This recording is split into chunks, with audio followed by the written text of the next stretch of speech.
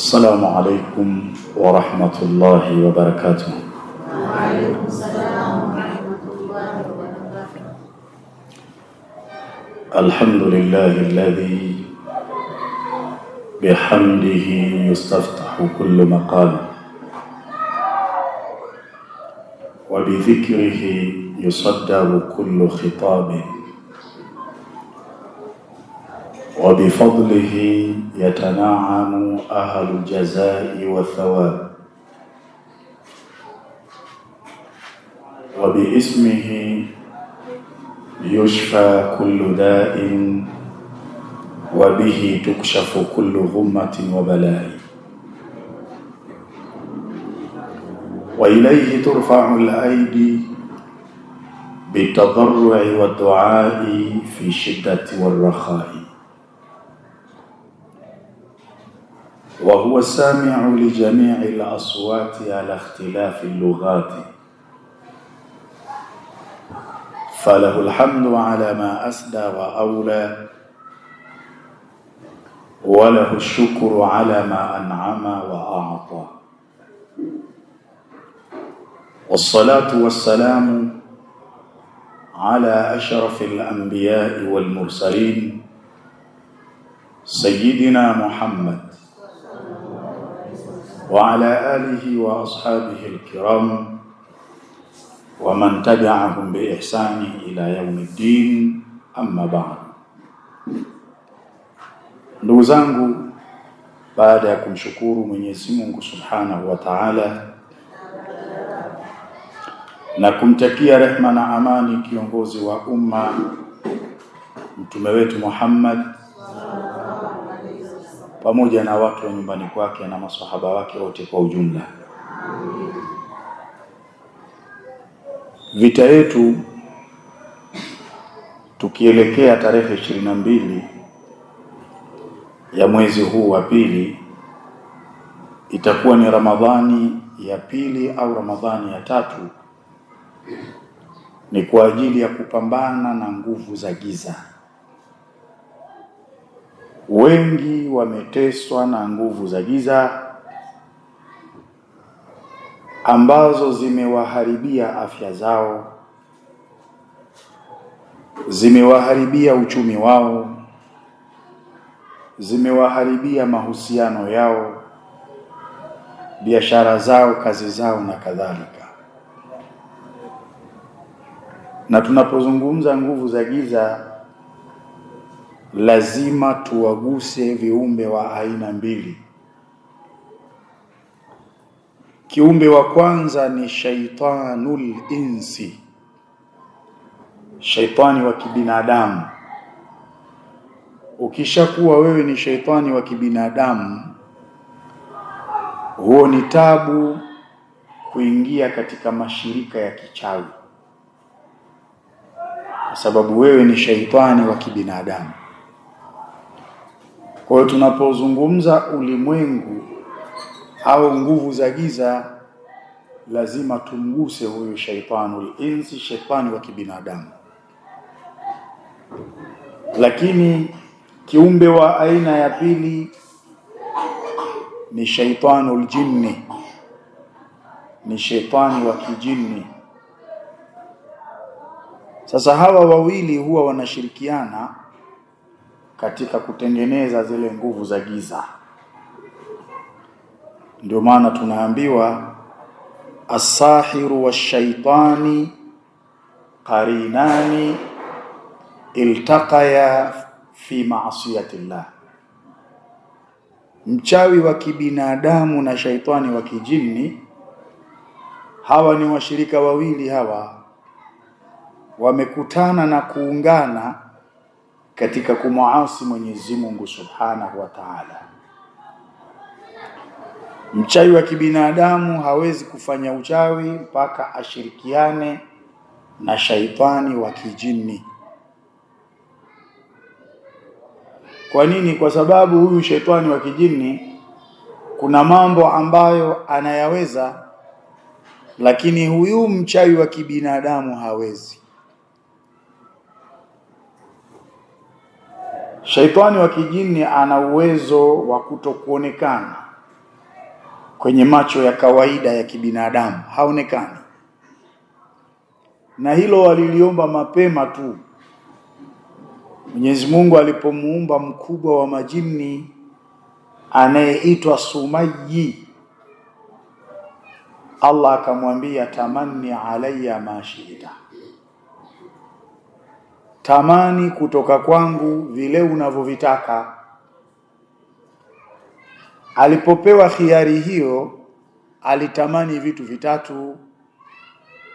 Akasema atamanna annara wala nura, ninatamani sisi majini tuwe na uwezo wa kuwaona viumbe wengine, lakini hao viumbe wengine wasiwe na uwezo wa kutuona sisi. Tashi la kwanza hili ametamani mkubwa wa majini. Tashi la pili akasema atamanna an naghiba tahta thara, ninatamani sisi majini mmoja wetu anapozeeka awe na uwezo. Akasema natamanna an naghiba tahta thara, ninatamani sisi majini tuwe na uwezo wa kuogelea na kupiga mbizi mpaka katika tabaka la chini la ardhi. Na tashi la tatu akasema natamanna an yasira kahaluna shaba, natamani mmoja wetu akizeeka awe na uwezo wa kurudi kuwa kijana. Mkubwa huyo wa majini akatamani mambo matatu, na yote akapewa na Mwenyezi Mungu Subhanahu wa Ta'ala.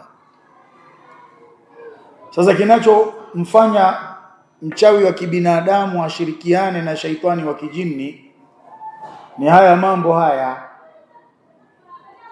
Cha kwanza kabisa, awe na uwezo wa kuingia mahala popote asionekane.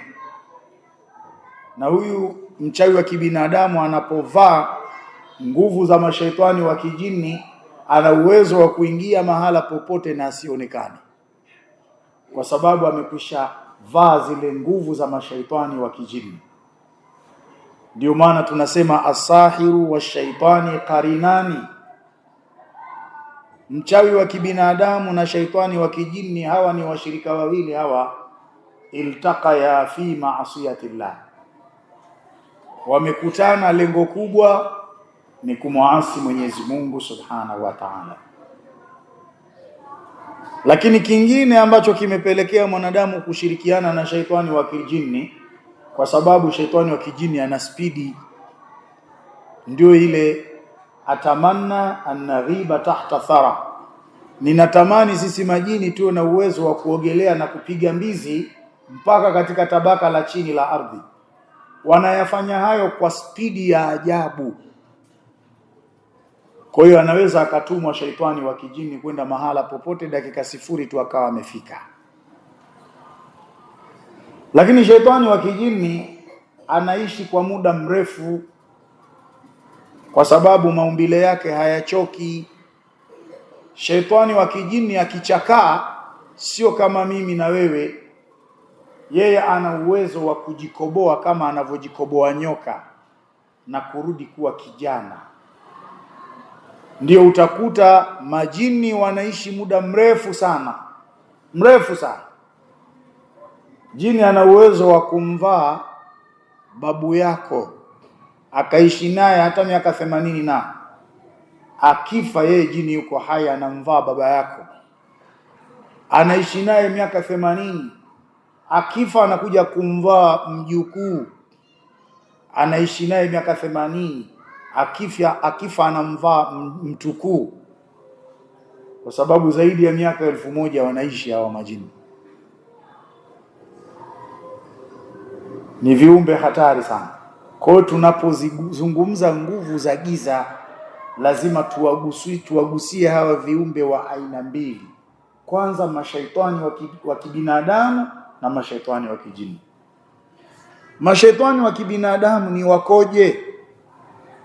Ni wale walioasi amri ya Mwenyezi Mungu Subhanahu wa Ta'ala. Mwenyezi Mungu akutaka wewe uwe Muislamu, hutaki. Anakutaka uswali, hutaki. Anakutaka umwabudu yeye peke yake na usimshirikishe na chochote, wewe hutaki. lile la Allah hata moja ulitaki wewe ni shaitani wa kibinadamu, na wewe huoni tabu kushirikiana na shaitani wa kijini ili kufanya uchawi, huwezi kuona tabu. Sasa kama mwanadamu anaweza kumuasi Allah, hivyo hivyo hata jini naye pia anaweza kumuasi Allah. Sasa hawa binadamu waliomuasi Allah na hawa majini waliomuasi Allah, binadamu wanaitwa shayatinul insi na majini wanaitwa shayatinul jinni, na hawa ndio wanaoshirikiana hawa. Sasa tunapokutangazieni tarehe 22 mwezi huu wa pili ndani ya mwezi mtukufu wa Ramadhani, tunayo dua Jibril. Vita yetu kubwa ni kupambana na mashaitani wa kibinadamu waliojiingiza katika uchawi, vile vile kupambana na mashaitani wa kijini wanaoshirikiana na binadamu kutuharibia maisha. Ndio lengo. Na tunapozungumza uchawi, ndugu zangu, uchawi unasababisha madhara kwa mwanadamu, wala sio utani. Wengi wameharibikiwa afya kwa sababu ya uchawi. Wengi wameharibikiwa uchumi kwa sababu ya uchawi. Kuna wengine wameharibikiwa mahusiano kwa sababu ya uchawi.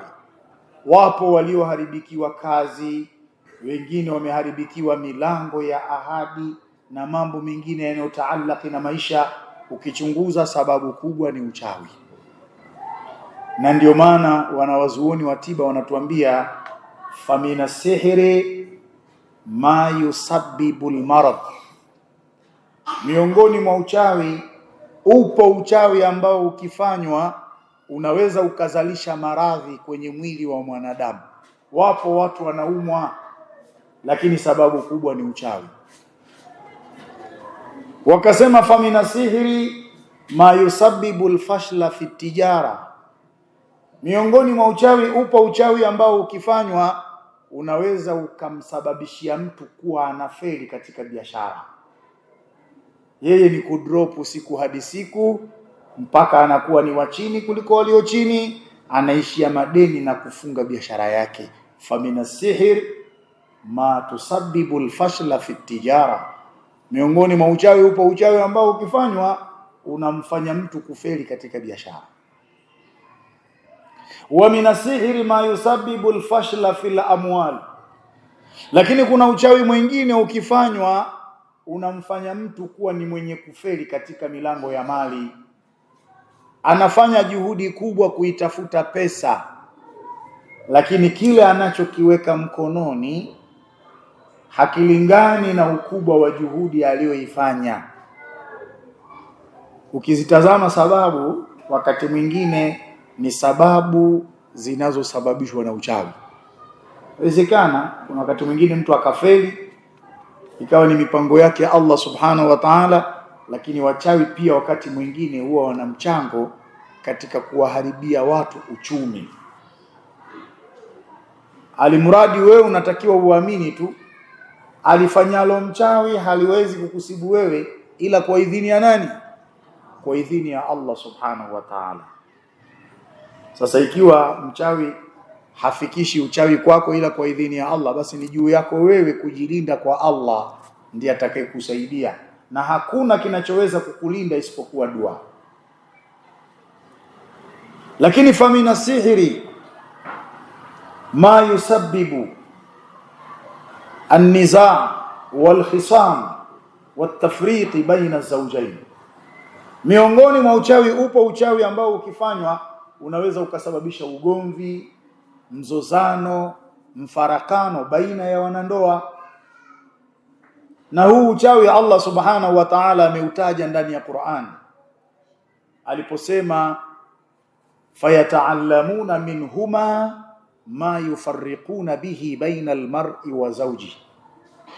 Ikawa binadamu anajifundisha kutoka kwa hao viumbe wawili alioleta Allah, hali ya kuwa ni mtihani kwa binadamu, wakawa wanajifundisha ile elimu inayoweza kumtenganisha mtu na mke wake. Hii ndiyo sihru tafriti, uchawi unaoleta faraka. Qur'ani inalithibitisha hilo. Kwa hiyo upo uchawi ukifanywa watu wanaachana. Lakin famina sihri ma ya'khudhu ar-rajula an imra'atihi, upo uchawi ambao ukifanywa unamshika mwanamume. Ukishamshika yule mwanamume, fayamna'uhu wata amra'atahu, ule uchawi unamzuia, anakuwa hana uwezo wa kushiriki tendo la ndoa na mkewe. Famina sihri ma ya'khudhu ar-rajula an imra'atihi, upo uchawi unaomkamata mwanamume kuhusu mke wake. Fayamna'uhu wata'aha, unamzuia, anakuwa hana uwezo wa kushiriki naye. Wapo watu ambao hawana uwezo. Tena kama umenuizwa kwa mke, utakosa uwezo kushiriki tendo la ndoa na mkeo, lakini ukienda kwingine unaweza. Wapo watu kama hao, upo uchawi kama huo. Wa min sihri ma yubaghidhu ahadahuma ila al-akhar, au ma yubghidh ahaduhuma ila al-akhar. Upo uchawi ukifanywa unamfanya mtu kumchukia mwenzie bila sababu tu. Na ndio maana kuna wengi wakija ofisini kwangu wanasema, Sheikh, mimi nachukiwa bila sababu, watu wananichukia bila sababu. Upo uchawi kama huo. Lakini lazima tuelewe, asihru tuathiru fi badani almashhur, uchawi huwa unaathiri katika mwili wa yule aliyerogwa. Ukirogwa lazima uchawi ukuathiri tu. Wasihru huwa ittifaqu baina sahiri wa shaitani, na lazima muelewe kwamba uchawi ni maafikiano yaliyoko baina ya binadamu na shaitani wa kijini. Ni maafikiano ala an yaquma as-sahiru bi fi'li ba'd al-muharramati au shirkiyati fi muqabili musaadati ash-shaytani lahu fima yatlubu minhu. Wanakubaliana nini mwanadamu na shaitani? Wanachokubaliana, huyu mwanadamu anakubali ya kwamba atafanya baadhi ya mambo ya haramu.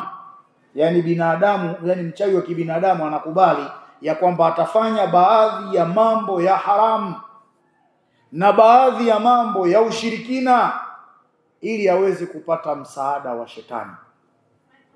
Yani shetani wa kijini hawezi kumsaidia mwanadamu kama anaswali, kama anafunga, kama anatoa zaka, kama hafanyi ushirikina, kama haui, kama halewi. Shetani wa kijini hawezi kumsaidia mwanadamu. Ili shetani akusaidie kwenye huo uchawi wako huo, ukiua uweze kuua. Ukimfunga mtu upande wa riziki afungike. Ukimroga mtu asipate kazi arogeke. Ili shetani akusaidie, lazima umuasi Mwenyezi Mungu, ufuate yale anayoyataka yeye. Kwa hiyo huwa ni mkataba kabisa unaokuwepo baina ya mwanadamu na shaitani wa kijini, na mkataba wenyewe unakubali kwamba mimi nitafanya baadhi ya mambo ya haramu, nitafanya baadhi ya mambo ya kishirikina ili wewe shetani uweze kunisaidia mimi. Wanaingia mkataba. Kwa hiyo wachawi wote wameingia mkataba na shetani. Na tunaambiwa wa kullama kana sahiru ashadda kufra, na mchawi kila anapozidisha ukafiri. Maanake ukafiri unazidiana Sasa huyu binadamu huyu kila anapozidisha ule ukafiri, kana shaitanu akthara ta'atan lahu, shetani anazidisha kumtii yule binadamu.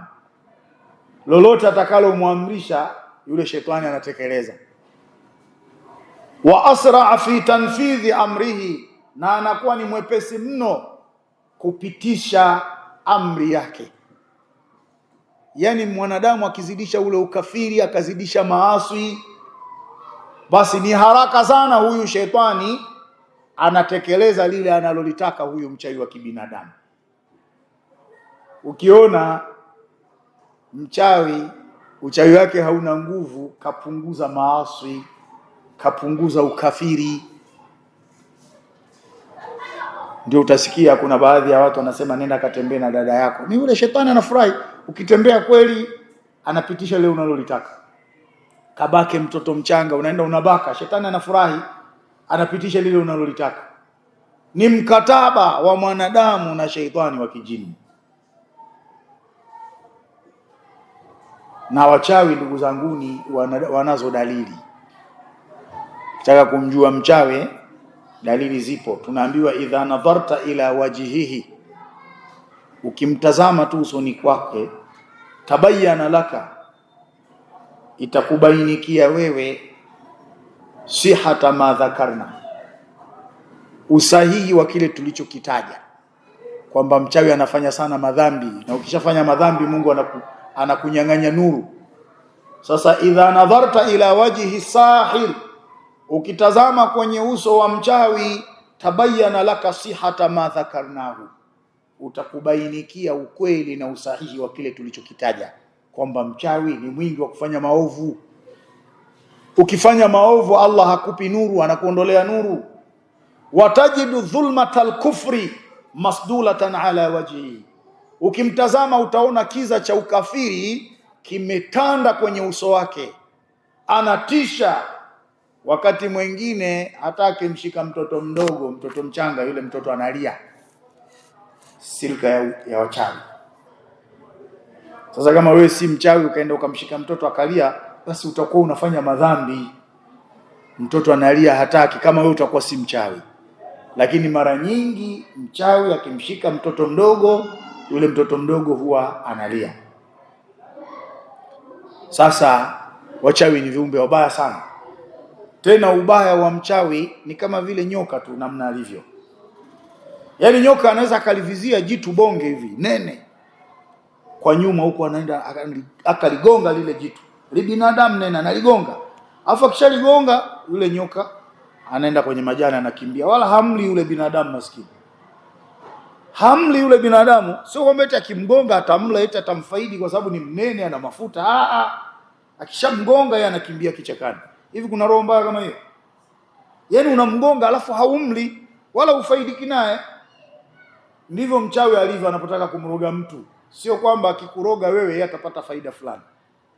Ndio kuna kile Kiswahili watu wanasema, mimi nimewakosea nini jamani? Mimi nina nini jamani mpaka ninarogwa? Kwani una nini? Roho ya mchawi ni kama vile roho ya nyoka.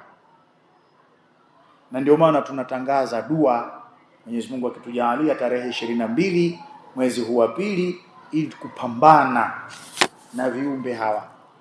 Tena dua ambayo tunaisoma ndani ya mwezi mtukufu wa Ramadhani, sio dua ya kukosa. Kwa sababu ndani ya mwezi huu wa Ramadhani tunaambiwa ad-da'awatu mustajaba, dua huwa zinajibiwa kwa haraka mno.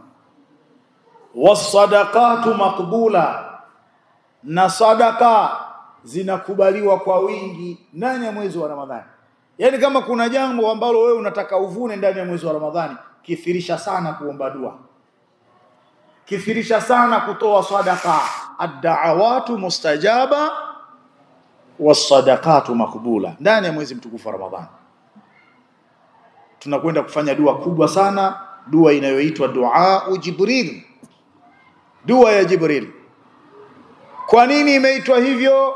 Kwa sababu dua hii alifundishwa Mtume sallallahu alaihi wasallam na Jibrilu.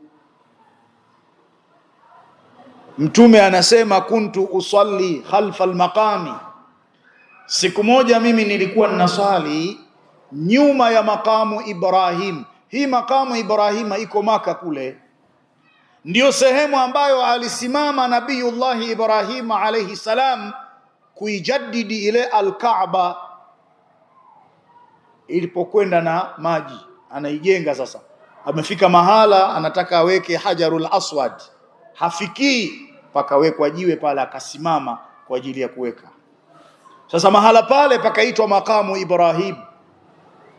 Sasa Mtume sallallahu alayhi wasallam anasema, kuntu usalli khalfa al-maqam, siku moja mimi nilikuwa ninasali nyuma ya makamu Ibrahim. Mtume anasema, falamma faraghtu istaghfartu li ummati, istaghfartu Allah azza wa jalla li ummati, nilipomaliza kusali nikawa nawaombea msamaha umati wangu kwa Mwenyezi Mungu subhanahu wa ta'ala.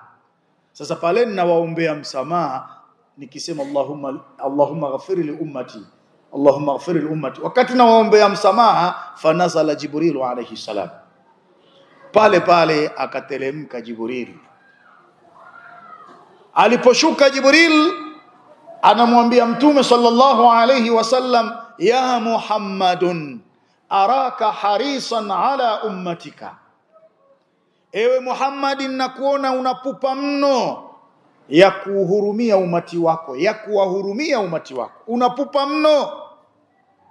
Wallahu rahimu biibadihi, lakini nakujulisha kwamba Mwenyezi Mungu ana huruma sana kwa waja wake. Wewe kweli unayo huruma kwa umati wako, ndio maana baada ya kumaliza kusali tu unawaombea msamaha, lakini jua kwamba Allah ana huruma sana na waja wake. Mtume sallallahu alaihi wasallam alipoambiwa hivyo na Jibril, akaona hii ni opportunity, ni fursa. Sasa hapa mimi natakiwa niombe jambo kubwa ambalo litaunufaisha umati wangu, kwa sababu Allah ana huruma na waja wake. Mtume akasema, ya Jibrilu anta akhi wa habibi wa habiba ummati, ewe Jibril, wewe ni ndugu yangu mimi, na wewe ni kipenzi changu na ni kipenzi cha umati wangu. Alimni dua, na kuomba unifundishe dua. Takunu ummati yadhkuruni min ba'di, dua ambayo mimi nikifa umati wangu watakuwa wananikumbuka kupitia dua hiyo. Hivi wewe unadhani Mtume sallallahu alaihi wasallam alikuwa anaomba jambo la kipuuzi? Anaomba jambo ambalo yeye akifa sisi tukilifanya itakuwa ni sababu ya kumkumbuka. Na mimi ninataraji tarehe 22 ya mwezi huu wa pili, Allah subhanahu wa ta'ala akijalia, tukiomba ile dua moja kwa moja itakuwa ni makbul, na itakuwa ni sababu ya sisi kumkumbuka Mtume Muhammad sallallahu alaihi wasallam. Tusemeni insha Allah. Sasa Mtume anasema, ya Jibrilu anta akhi anta habibi wa habiba ummati, ewe Jibrili, wewe ni ndugu yangu, wewe ni kipenzi changu na ni kipenzi cha umati wangu. Alimni dua, na kuomba unifundishe dua. Takunu ummati yadhkuruni min ba'di, dua ambayo mimi nikiondoka, mimi nikifa, umati wangu watakuwa wananikumbuka kupitia dua hiyo.